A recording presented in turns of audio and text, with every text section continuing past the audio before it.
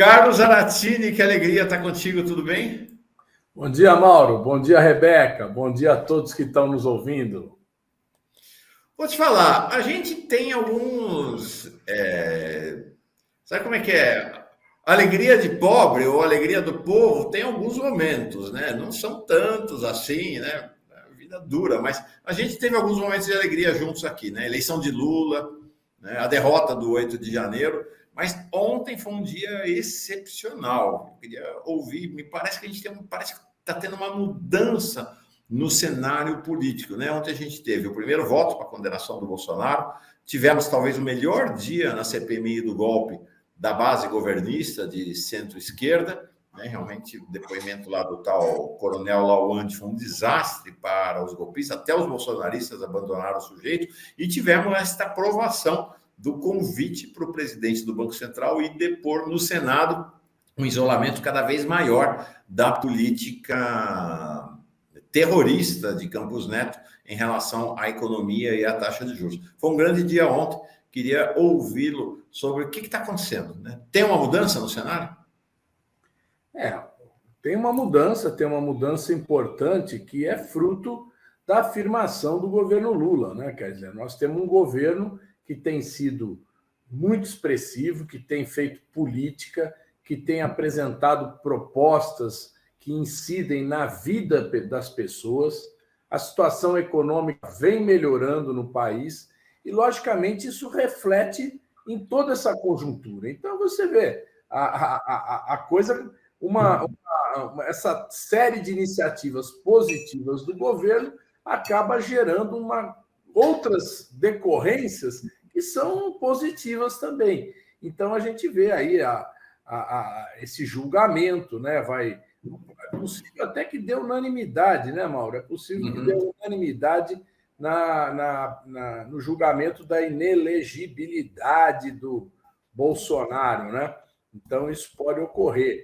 O Banco Central está derrotado politicamente. Eles estão resistindo ali, mas eles estão derrotados, né, na tese deles dos juros estratosféricos, né? Já perderam. Eu só vejo aquele cara da CBN, aquele antigo comentarista lá, o Sardenberg, acho que é o único que defende ele ainda, nem a Miriam Leitão mais defende essa política. Né? Então, agora aquele Sardenberg é pirado, né? Eu acho que ele recebe um jeton ali, alguma coisa, não é possível. Tem jeton, tem jeton. E aí deve ser de alguns bancos, né? Alguns investidores aí, porque até os bancos também já mudaram o discurso, né? Então a gente vê que tem uma tendência de melhora, né, no panorama político, e isso ajuda muito no Congresso Nacional. Nós vamos ter aí essa semana algumas batalhas importantes, viu? A semana que vem, né? Vamos ter batalhas importantes. Nós vamos ter a votação da lei do CARF, né, que é uma luta grande, que é justamente o CARF, onde se discute as grandes divergências tributárias das grandes empresas, né?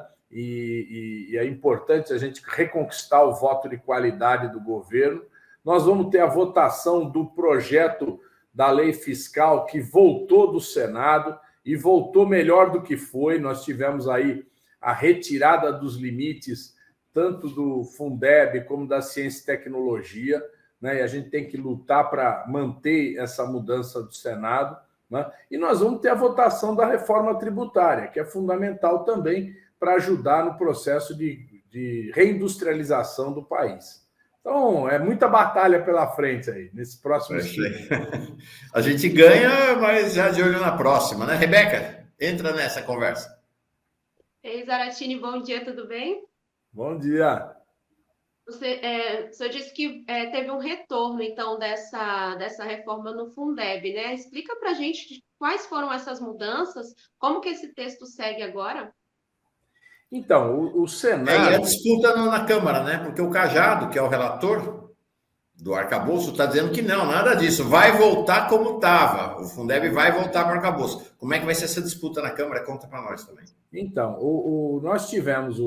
quando o texto foi aprovado na Câmara, o Cajado, que é o relator, ele voltou, né? Aliás, ele incluiu no limite o Fundeb. Qual é o problema? Para as pessoas entenderem. Se o Fundeb fica dentro do limite, se ele crescer, e o governo quer aumentar o investimento na educação, se ele crescer, ele faz com que as outras despesas, os outros investimentos, a saúde, assistência social, investimento em infraestrutura, Minha Casa Minha Vida, tal, diminuam, porque o limite está dado. Então, se um cresce, o outro diminui. Se a gente tira o Fundeb do limite, o Fundeb pode crescer sem impedir que as outras despesas que estão dentro cresçam de acordo com a lei, nessa lei desse novo limite. Então, é muito importante que retire. A ciência técnica... Bom, Fundeb, para quem não sabe, é o Fundo de Desenvolvimento da Educação Básica. É o dinheiro que vai para os municípios, principalmente, para os estados também, mas para melhorar, investir na educação básica. Outra coisa que foi retirada foi o recurso da ciência e tecnologia. E aí nós temos os fundos setoriais, o fundo setorial do petróleo, o fundo setorial da telefonia, né, das telecomunicações. Né? Nós temos vários fundos setoriais e esses fundos setoriais eles têm sido contingenciados ao longo de todas essas décadas, não é de anos, não, de décadas. Né? E com isso a nossa ciência e tecnologia não avança, né, mas nem perto do que avança no nível mundial. E o outro que foi destacado também foi o Fundo Constitucional do Distrito Federal, que foi criado lá na época da fundação de Brasília para garantir a segurança pública no Distrito Federal. Só que ele tem uma regra que ele varia de acordo com a receita corrente líquida. Então, a hora que coloca ele dentro do limite, ele perde essa regra. A hora que ele sai, ele volta a crescer. E aí a gente tem divergência um pouco, porque a gente acha que o Distrito Federal já está recebendo uma boa grana e acaba retirando do resto do Brasil, né? Agora, Zaratini, vamos falar desse assunto que está mais quente aí, né, no cenário político, que é o julgamento do Bolsonaro. Que avaliação o senhor traz sobre a repercussão do julgamento do Bolsonaro, caso seja condenado, no cenário político e também nas eleições de 2026? O que a gente pode esperar de movimentação política até lá?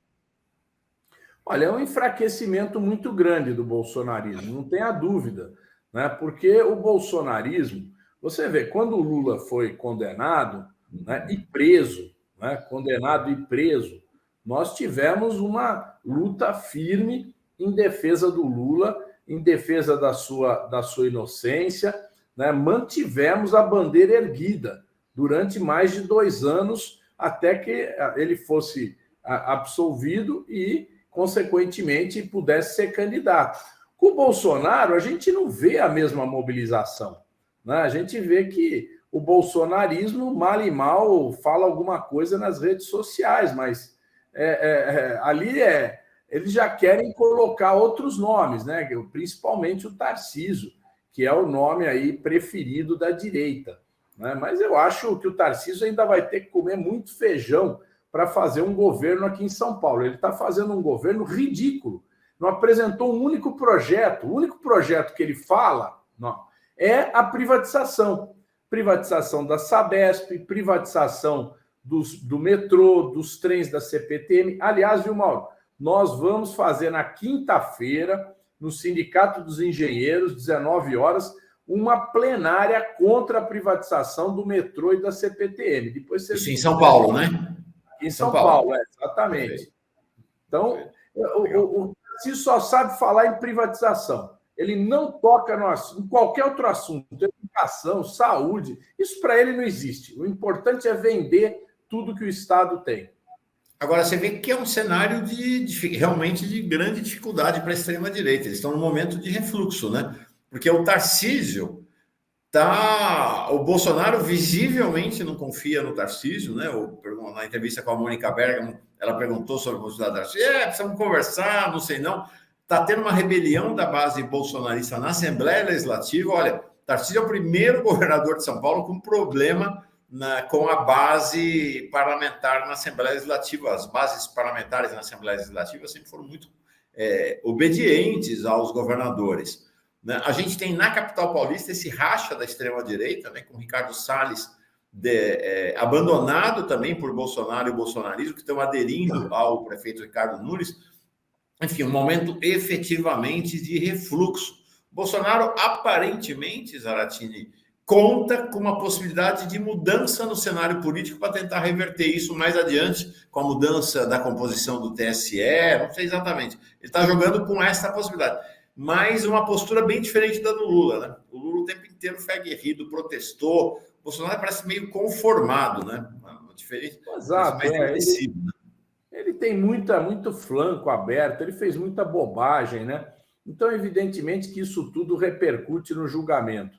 Eu acho que ele não tem a menor chance aí de se viabilizar juridicamente. Acho que ele vai passar esses anos inelegível, mas se ele tivesse condições, né, de liderança política num cenário adverso, porque, vê bem, você ser líder político quando tudo está bom para o seu lado, é fácil. O problema é você ser líder político no adverso, quer dizer, é você navegar na tempestade, né?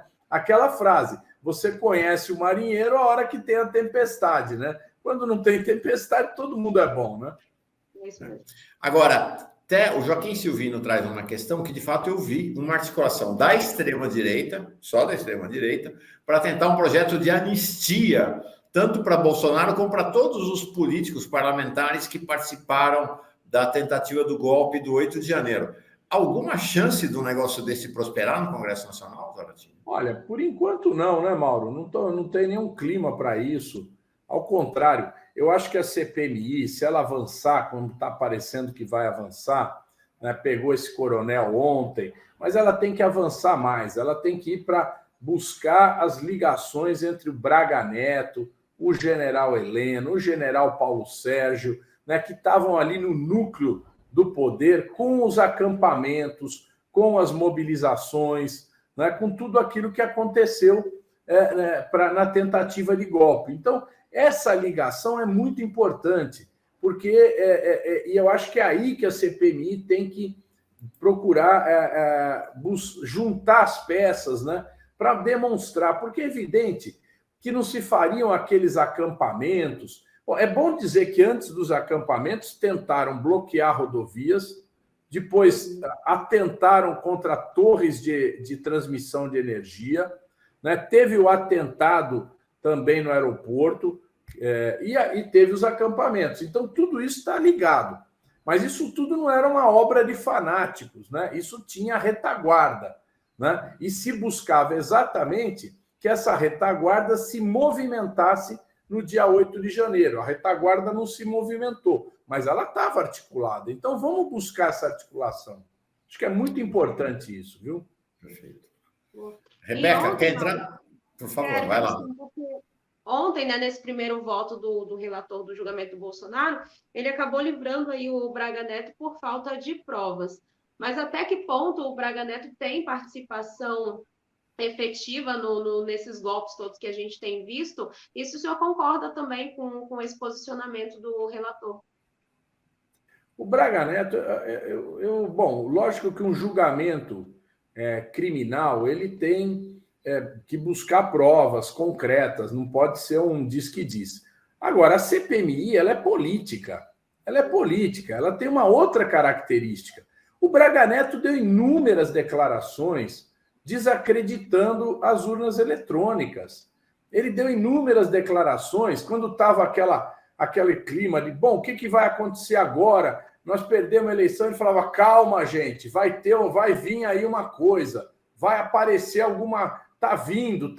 Ele falou isso várias vezes, né? É só recuperar essas declarações dele. Então, eu acho que a CPMI tem que buscar, né, o que o Braga Neto declarou. Ele ia lá no Chiqueirinho, né, e fazia aquelas declarações. Ele colaborou muito com isso. Então, ele tinha uma articulação, sim, e o general Heleno também, através do GSI. Né? O GSI operou, né, fortemente para sustentar os acampamentos.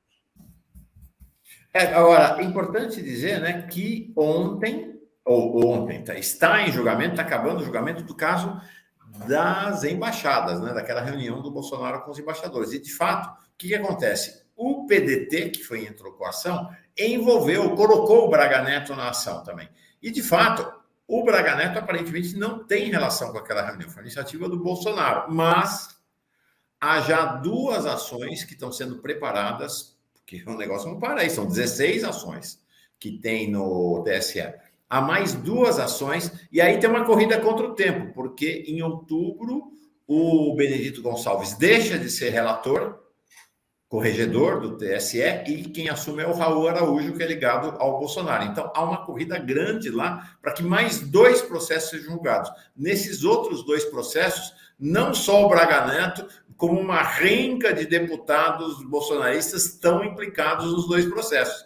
Pode ter cassação de mandato de vários parlamentares bolsonaristas se der tempo de julgar até outubro. Eles estão tentando preparar. Pode haver um redesenho também no Congresso Nacional em função do andamento desse processo, como, né, Carlos, já se dá praticamente como certa cassação do Moro, porque a senadora que era considerada Moro de Saias, 2 anos atrás, foi cassada por utilizar o mesmo método de caixa 2 que o Moro usou. Então, é possível que o TSE faça um saneamento na participação da extrema-direita no Congresso Nacional. Né? Exatamente, porque esses caras são todos santinho de pau oco, né, Mauro? Eles ficam sempre acusando de corrupção, mas na hora de fazer as coisas, eles fazem uma lambança que não tem tamanho. Não tem tamanho. É financiamento ilegal, são despesas ilegais, é tudo que tem de errado é o sistema deles, entendeu? É um sistema absurdo e agora eles vão ter que pagar por isso. É isso aí. Para encerrar, Zaratini, uma última questão é a questão da relação do presidente da Câmara. O presidente da Câmara mantém uma relação de morde e assopra, né, com o governo Lula. É a disputa pela hegemonia da condução do governo Lula entre a base de centro-direita, o centrão, e a base de centro-esquerda, a base que, de fato, a aliança que levou Lula à presidência. Eu acho que a própria ação do Lira e do Centrão perdeu um pouco de força, inclusive pela sequência de denúncias que ele tem tido. Ontem a gente registrou que, apesar disso, o Centrão continua querendo avançar sobre o ministério de Lula. Qual é o retrato desta relação nesse momento, Zara, para encerrar? Bom, olha, o Lira, né, ele, num primeiro momento, ele não quis participar do governo, né? O PP, os Republicanos, né, União Brasil entrou daquele jeito torto no governo, né? Eles não queriam entrar. Agora eles querem. E vão querer mais ainda, Mauro, na medida que o governo vai dando certo. Aí eles vão querer mais ainda, é evidente, né? Então, se o governo tivesse ruim, eles não iam, para que entrar num governo que está ruim? Eles querem entrar num governo que está bom e que estão vendo que vai ter resultado positivo. Então, essa situação é evidente. O Lula, que é um articulador político, ele tem que dar um jeito, ele vai dar um jeito de absorver, né? Absorver esse centrão dentro do governo, solidificar a base para que a gente possa avançar. Olha, Mauro, nós estamos fazendo a reforma tributária dos impostos sobre o consumo, mas nós temos que fazer a reforma tributária dos impostos de renda, dos impostos de propriedade. Uhum. Aí é que a coisa vai se mexer. Que a porca torce o rabo. Porca torce o rabo. É aí, certo? Nós precisamos discutir reforma trabalhista. Nós precisamos, os aplicativos, nós precisamos discutir a justiça do trabalho, nós precisamos fazer uma reforma sindical, nós precisamos recuperar a força dos sindicatos, nós precisamos mexer em vários pontos da Previdência. Uhum. Mauro, as mulheres que chegarem aos 55 anos e não tiverem 15 anos de contribuição, não vão se aposentar, porque elas não vão conseguir registro em carteira depois dos 55 anos. Então, você imagina milhões de mulheres, homens também, mas principalmente mulheres, não vão conseguir se aposentar. Nós precisamos dar o direito delas se aposentarem. Então, nós vamos precisar rever pontos da Previdência também, né? Nós precisamos avançar na reforma agrária. Tem 60 mil famílias acampadas.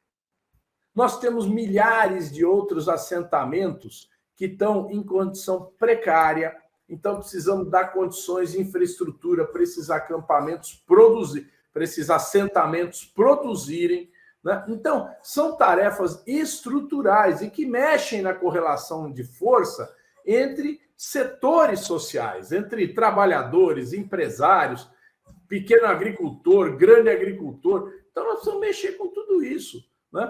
Então, nós precisamos garantir, né, de fato, que a Amazônia seja preservada. O Lula reafirmou, 2030 não vai ter desmatamento no Brasil. Uhum. Não é brincadeira isso. Eu fiz uma reunião, Mauro, semana passada, foi lá uma delegação do Parlamento Europeu.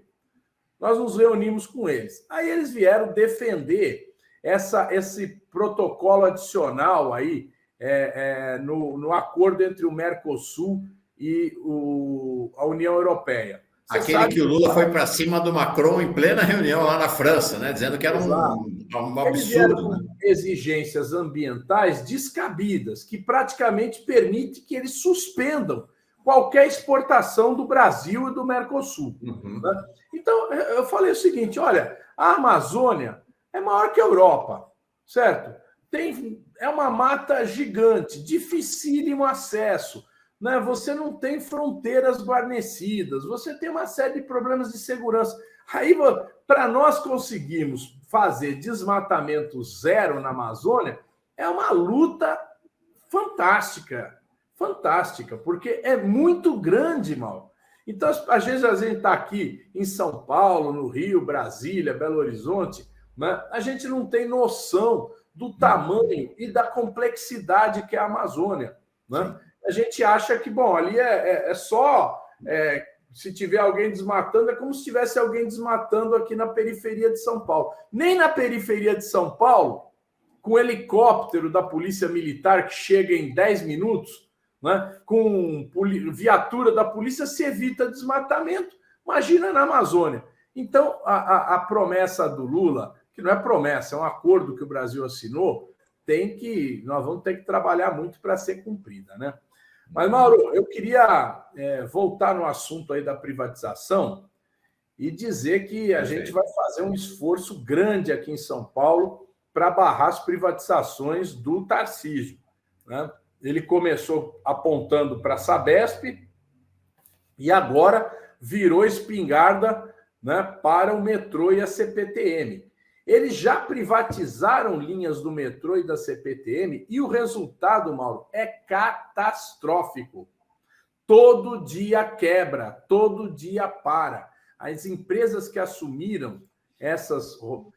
E mais, aquela linha 6 que está sendo construída pela iniciativa privada é outro desastre. Já fundou a Marginal, está afundando avenidas, está rachando casas, coisas que nunca aconteceu na construção do metrô em São Paulo. Então, a iniciativa privada, num serviço público tão importante quanto é o transporte, ela está dando com o burro na água. Você vai ver o preço da tarifa lá no metrô do Rio, né? Vou te dizer, aqui em São Paulo, o metrô custa R$ 4,40. Sabe quanto é o metrô do Rio? R$ 6,90.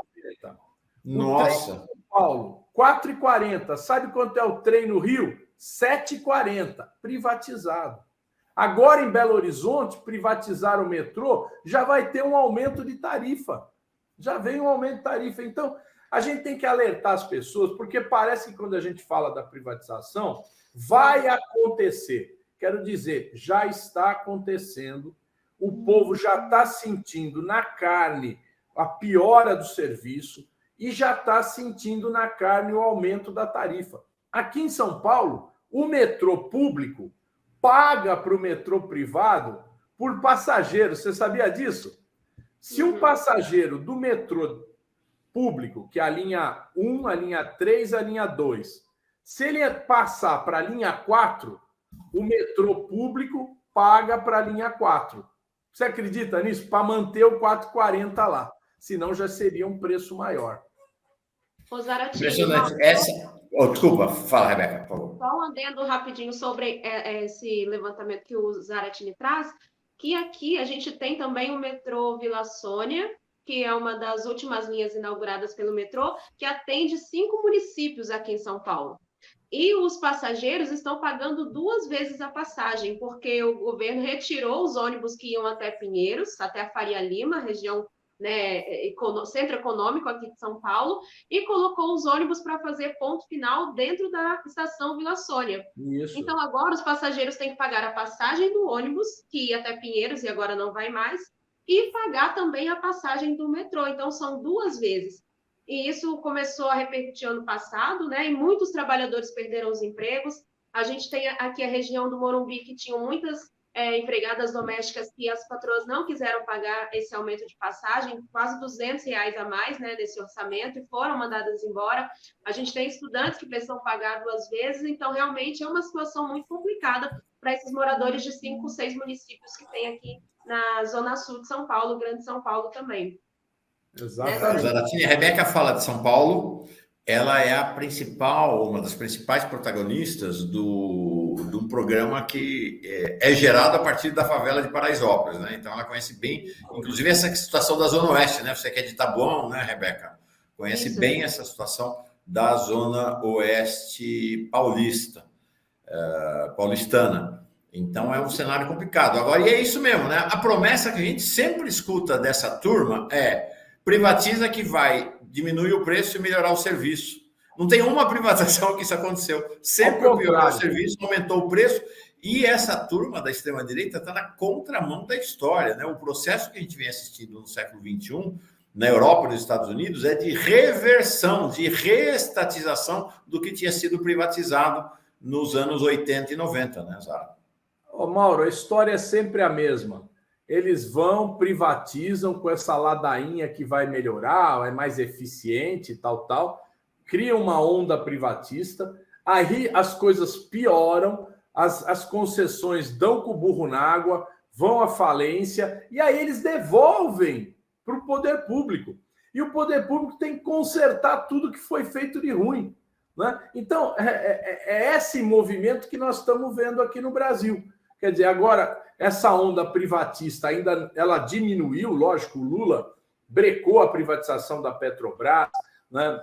Tá lutando para recuperar a influência na Eletrobras, que foi privatizada, né? Mas os governos estaduais, que têm as companhias de água, que têm as companhias de transporte, continuam privatizando, né? Então, lá no Paraná, estão prevendo privatização da água no Paraná. Em Minas Gerais foi privatizada a CBTU e agora tem um processo de privatização da empresa de água, né? E a coisa está indo assim. E essa nova lei de saneamento, que o Arthur Lira tanto defende, né, que teve aquele decreto do Lula para adiar, tal, e essa lei de saneamento até agora só colocou de pé a privatização no Rio de Janeiro, né? E em nenhum outro lugar. Mesmo em Alagoas, onde foi feito o processo de privatização, a coisa está complicadíssima, porque a Odebrecht lá, a subsidiária da Odebrecht que faz